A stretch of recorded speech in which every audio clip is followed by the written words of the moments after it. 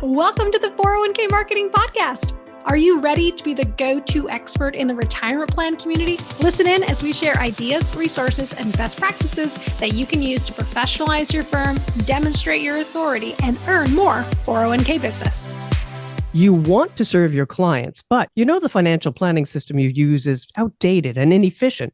Where do you go? Rebecca Hourihan's guest has an option. Rob Cook explains the Elements financial monitoring system and the way it empowers you to embrace a holistic approach to your process. Rebecca, tell us more. Hey, Rob, welcome to the podcast. Thanks, Rebecca. Really appreciate the invitation. I heard about Elements, I want to say maybe it was like a year ago. I was, for everyone here, I was scrolling through Instagram and I happened to notice this post that stood out. Black background, bright colors, neon, and it's financial services. And my Instagram feed is primarily cooking shows, how to be a good partner, how to be a good mother. I love wrapping presents. So like how to wrap presents fun and interestingly. Yeah. So that's what my normal Instagram, except all of a sudden this post pauses. I go, what is this? Oh, that's interesting. Financial services. How did you find me? Well, I'll leave that up to the magic of our marketing wizard. Yeah.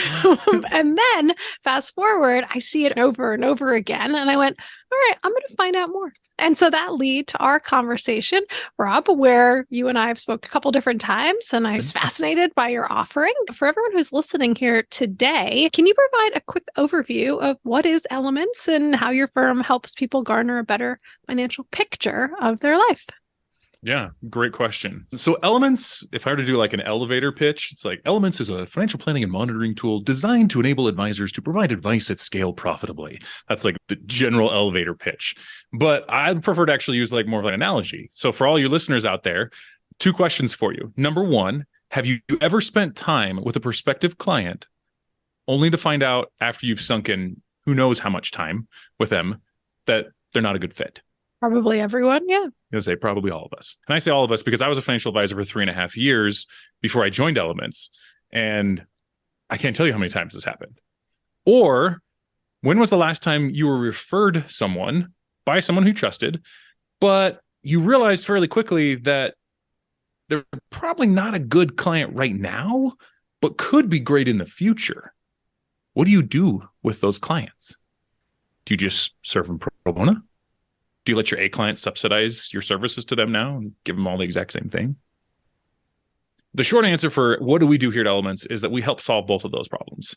Number 1, from a growth perspective, and you're trying to meet new clients, Elements is a scalable planning solution for those who want to lead first with planning to make it really super easy to be able to determine whether or not someone is worth pursuing as a client. And then secondly, we help firms create true tiered service offerings so that your A clients don't have to subsidize your C clients anymore.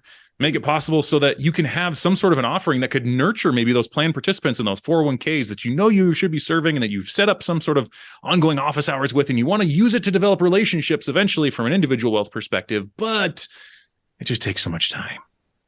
It's so unprofitable on the front end.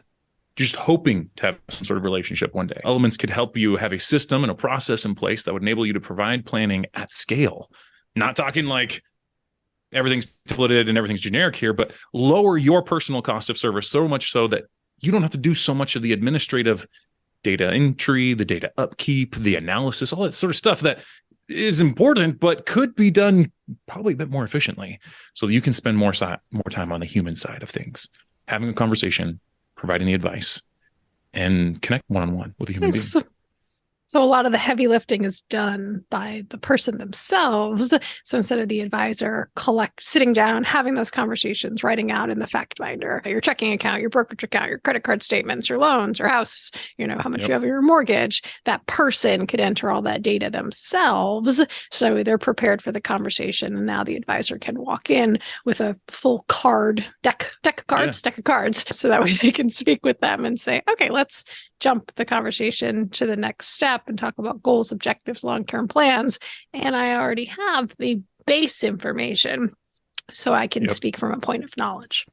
Correct. And then you combine that with the power of the software to, number 1, make that initial process very smooth and very easy, but then also to follow up and fill in any gaps over time.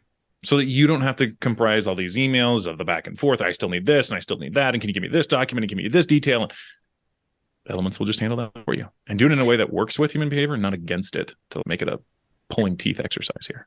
That would be really helpful, especially with participants. So if you have a room of, let's say, 20 employees, and as the advisor standing up there providing great education about what's going on with the plan, market volatility updates, inflation, Roth versus pre-tax, how to save, examples on deferrals over time, you could also offer as a cross-selling opportunity or cross-conversation. I don't think cross-selling is the right word, but cross-conversation opportunity that you could offer, say, use the Elements platform, upload your information, and then we can sit down and have a one-to-one dialogue that's based on your specific questions. And it's an easy lift for that person.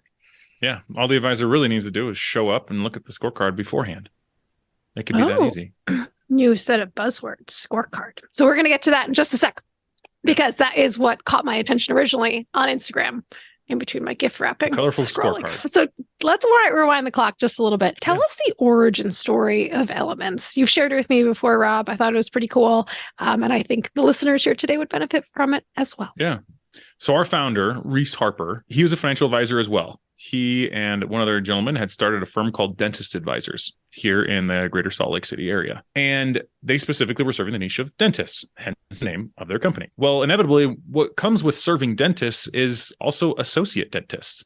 Those dentists who may not be the practice owners yet. Maybe they don't have that traditional large set of liquid assets ready for the advisor to manage.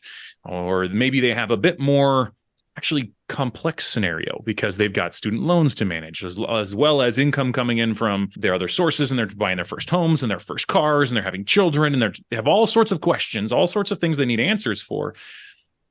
But there was no efficient way in which to either relay that information or get the information necessary to answer those questions efficiently, and also no service model in which to actually build them and do so in a profitable way. And so Reese and his team kind of put their heads together, and they initially envisioned this idea of baseball card kind of thing for each dentist associate. Like, hey, these are your stats.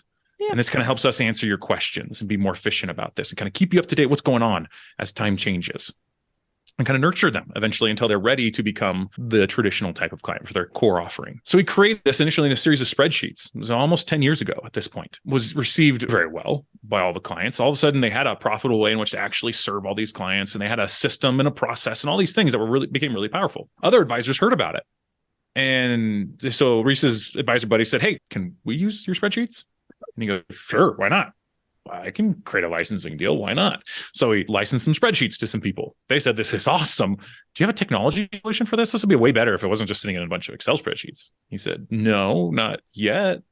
Then he went out and spent about $250,000 of his own money to get the beta version of an iOS app with the system built into it. And that was a few years back. And then all of a sudden I was like, all right, well, this is starting to gain some actual traction. This could become its own thing. And about 2 years ago, we spun out of Dentist Advisors, became our own entity, and now we are selling the software around the country to people. And it's removed some of the dentist specific aspects of it, so it's a more general offering for the whole market, but still has that same power to enable you to quickly and efficiently be able to answer clients' questions, quickly and easily be able to understand their financial situation, and be able to create some form of a service offering that serves them in a really impactful way. It's both what I like to call high touch and high tech, yet still profitable for your business.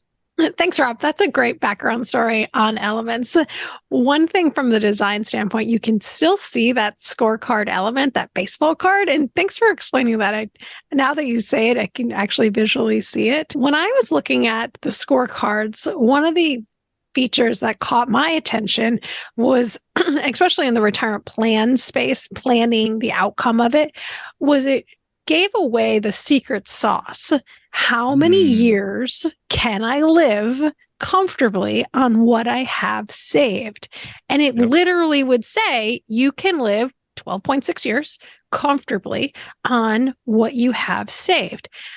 And I think for so many people, that question of, okay, I have this nest egg. What does it how do I break that down? And that's a common question in the retirement plan space is we talk about this large number, your retirement number, that $1 million number. What does it mean? Like a normal person, like an average person who's every day going to work 52 weeks a year, collecting a paycheck. And that's what I really enjoyed about the Elements scorecards was it said it in number form in really bright, big, bold letters. Tell us more about the scorecards across, because there's many of them and they're all different. So give us a high level of that. Yeah. So the Elements scorecard it has 12 elements of financial health, and it can really be broken into 3 main categories. The first are your risk scores. This is not like a risk-life score telling you what their risk tolerance is, but this is more like we have an insurance rate to give you an idea of whether or not they have generally adequate insurance coverage in terms of general life insurance, disability, and umbrella policy coverage. It'll look at their equity allocation across their portfolio, but it's not going to say this is the risk tolerance. We're even building out things right now for it to start to look at the estate document aspects to say, hey, do we have a will? Do we have an estate planning attorney? When was the last time we had some sort of beneficiary review? When was the last time we reviewed those trust documents once we have them in place? We don't want it to go too long. And it just becomes a quick, easy way to assess general risks across a client's financial health. The second line is our cash flow. The second category is the cash flow category. It's looking at, okay, how much are we paying to service our debts on an annual basis? How much are we actually saving on an annual basis? How much are we paying in our taxes on an annual basis? And how much are we then spending? Because in theory, the 4 of those should add up to 100%. And we all know that clients have no idea what they spend. But what if we had a really fast, easy way in which we could objectively say, okay, based off the information you told me, that's accounting for about 80% of your income. Where's the other 20%? I don't know. My guess is it's probably in spending, right? What's a quick way to do a cash flow analysis without having to do a 3-hour budgeting process? And then the last section of the scorecard is the asset mix score. And that's where this retirement number is held, actually, that you referenced to, Rebecca. And the asset mix score is basically trying to take the net worth of a client and break it up in such a way it's easy for them to understand, hey, where are the buckets that I'm actually creating wealth over time? And does that make sense for my long-term goals? So in theory, we really break it up into 4 buckets: our liquid assets, qualified assets, real estate equity, and business equity. And they can pull it all together in what we call total term. Now, all of those scores are actually divided by current spending because at the end of the day, whether or not you're creating wealth is a combination of 2 factors, both the growth of the assets, that $1 million number you referenced, and whether or not we don't let lifestyle creep get out of control. Because even if you reach the $1 million number, if you're spending $100,000 a year, that ain't going to last you very long. We all know that. A 10% withdrawal rate makes absolutely no sense. But for most people, if you tell them you're on a 10% withdrawal rate, you can't retire. And they go, okay, that doesn't mean anything. But in Elements, if you go, your total term score is a 10, that means you have 10 years, assuming just based off of today's values, that you can live off those assets. Do you think you can retire? They'd go, no, definitely not. But if you're sitting there with a 65-year-old and the total term score instead, say, a 35 or a 30, 3.3% withdrawal rate, you go, you could live for 35 years. Now, as a good advisor, hopefully I could invest and make it last a little bit longer. But like 35 years for a 65-year-old, most of them would say, whew, that's more than enough. I don't want to live past 100. All of a sudden, there's so much more peace of mind for your clients because we're not talking returns. We're not worried about the markets. We're looking at this is how long. Right here. That's all I got to worry about. We're just going to watch that over time. So it's really, really, really powerful. So I feel like a lot of people have a gut reaction to, I feel like I can retire. I could do this. And then that they don't have any numbers behind it. Yeah. And then if you show them in very bright, colorful numbers, this is what the math translates to.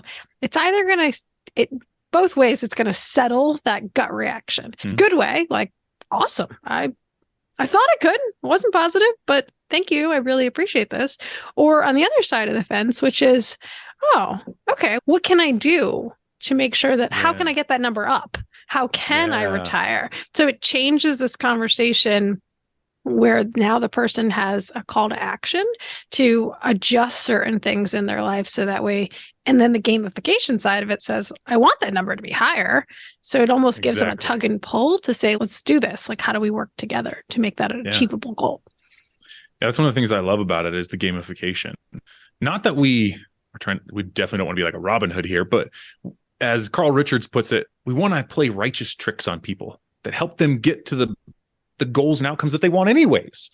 So let's use our own human reptile brain, or however you want to describe it, right? That who wants to win, who wants to score, who wants to do all those things to our benefit, to help us reach those long-term goals and have better overall financial health. All right, so let's jump ahead and talk about the product design standpoint. I think you know this already. Pre-COVID, the average person spent around 2 hours a day staring at their phones. Now, post-ish COVID, the average person spends 4 hours a day staring at their phones. 4 hours. Crazy, because we're on our computers and then we're on our phones and then we're watching TV. So I don't know how many we're sleeping. Point of my story. 4 hours a day on our phones. Yeah. And the Elements team, when you designed your app, you did mobile-first technology. So it's a mobile-first user experience. So tell us about that and why Elements chose to do mobile-first. There's a couple of reasons for that. The very first one is because we tried to start by designing this for the client first. So many of our planning tools out there are great tools, but they're built for the advisor. They're not built for the client. So inevitably, it feels like a clunky experience to a client. It feels confusing. It can be difficult to get clients to engage with us in the planning process because of that. And so we said, okay, if the idea is advice at scale here, we have got to find a way to connect with the clients quickly and easily. Got to make it kind of fun, got to make it beautiful, make it an enjoyable experience every time they engage with the software. Therefore, we'll be able to get the byproduct of scale for the advisor.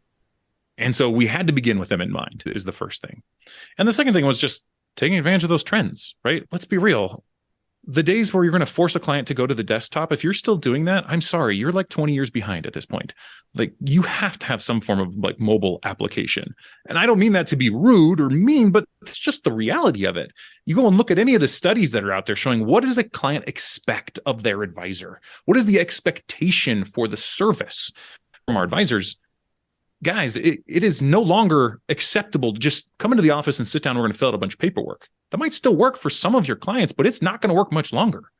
And so we thought, all right, let's try and create something then that we think the client wants that's going to meet them already where they're at. They're there on their phone 4 hours a day. Let's find a way to interact with them on 2 minutes or less that engages them and pulls them in and gets the outcomes that we're hoping for both the advisor and for them long term. It is a win. For us, it was a no-brainer to choose to go mobile.